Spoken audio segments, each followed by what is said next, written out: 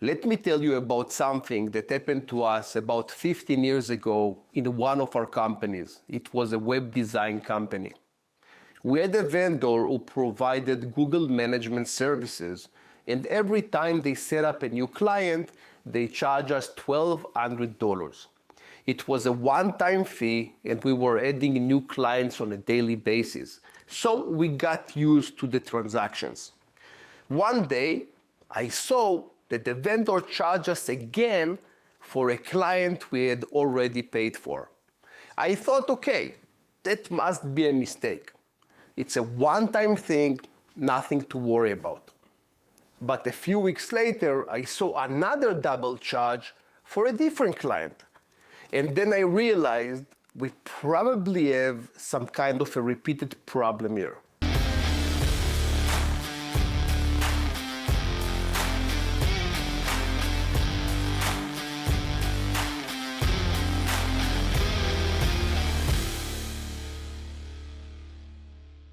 The next step was for me trying to understand the problem. I went over the emails, the transactions, the invoices, and the truth was, it was just too big on me. Too many emails, too many transactions, too many of everything.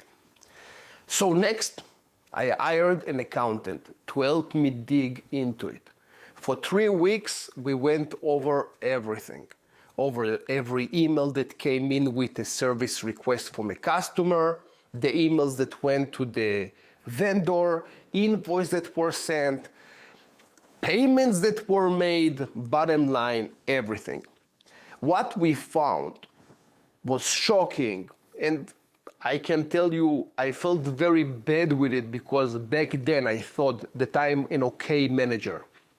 In some cases, we had double or triple paid for the same client service. And in other cases, we found invoices we never paid at all. And the vendors didn't even knew about it. So they were having exactly the same problems that we had.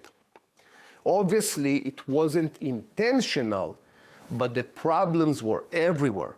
The emails, the invoices, the payments. When we finished the audit, I remember sitting, staring at the screen and trying to understand the numbers. It didn't make sense. How could we lose that much money and not even notice? That was the moment that I understood that we are not a small company anymore. We had grown faster than we could ever handle. More clients, more vendors, more transactions, and a lot more opportunities to make mistakes. The same system that worked pretty good when we were small were now falling apart. QuickBooks was fine when we had 10 or 20 clients, but not when we were managing hundreds. I knew we needed to fix it. I just didn't know how. That's when our accountant, the same one who helped us uncover the problem, came in with a solution. Now, I am doing that because it was a crappy solution.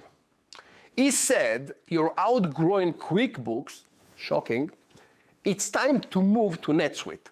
Now, if you don't know what that means, NetSuite is a high-end enterprise system. It's fantastic, but it's built for corporations with accounting teams, IT staff, and deep pockets. He handed me a proposal worth hundreds of thousands of dollars across 3 years. Software fees, ongoing maintenance, and of course I had also to hire people to keep it running. At first I trusted him. He was the one who helped us find the problems, so naturally I believed he wanted the best for us. But looking back, I think he saw an opportunity. He knew we were overwhelmed, and he knew we trusted him. And instead of giving us the right size solution, he went for a home run. That's when I realized something important. Sometimes people you trust most, even professionals, can push you toward what's best for them, not for you. We didn't need a massive ERP system. We needed clarity. We needed a simple, transparent process that could grow with us, not bury us under more complexity. After realizing how much money we lost, I was angry and honestly super embarrassed. When you build a company from scratch, you take pride in having control. And suddenly, I felt like I had lost it. So when that same accountant said again, "You're outgrowing QuickBooks, you need NetSuite," it sounded logical. He was the expert. He had the data, and I trusted him.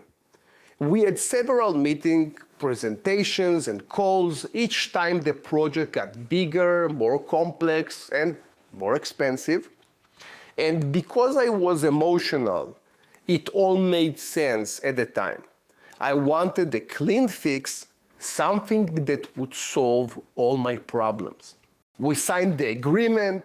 It was close to $100,000 plus obviously maintenance, plus more staffing that I need to have. We sent them the down payment, and for a few days I actually felt relieved, like we were finally fixing things. But the feeling didn't last long.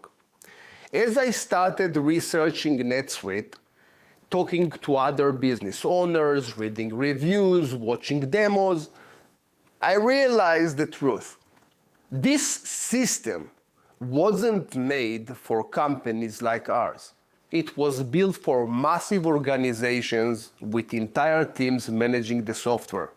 For us, it would have been like buying a commercial jet, just driving to the grocery store. So I took a step back and I looked again at QuickBooks. It wasn't perfect, far from it, but it could do almost everything that we needed if we used it properly. That's when I decided to pull the plug. I terminated the agreement. It cost me around $30,000 and I got nothing in return, which obviously it's part of the humiliation, but that's fine. It's part of business. The thing is, I gained an important lesson. When you're emotional, you make expensive decisions. When you're logical, you build better ones. So we went back to QuickBooks, but this time we did it right. We built a structured process around it.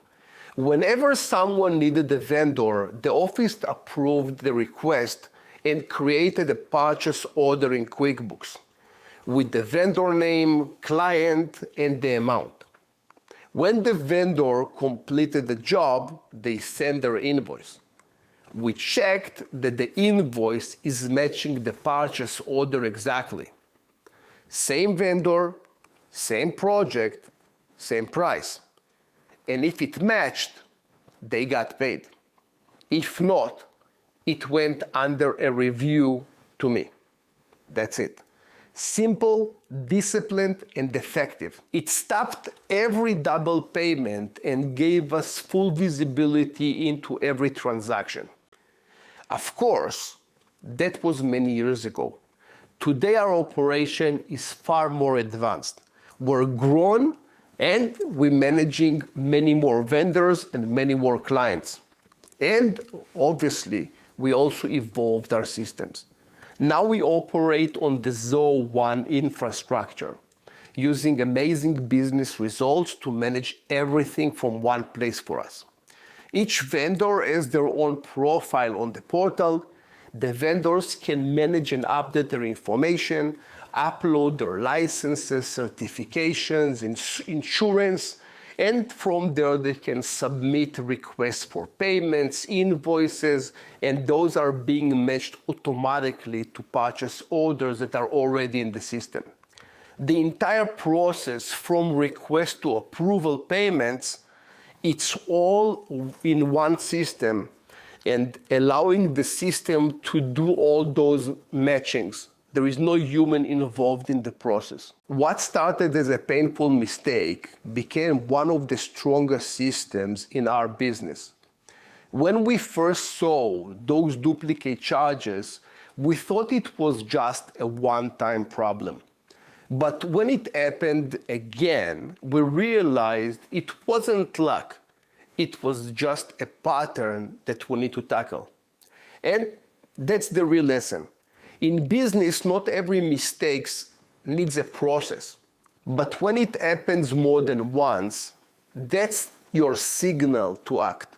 My rule of thumb is one, too many. If it happens too many times, it needs a process. That's what we did here.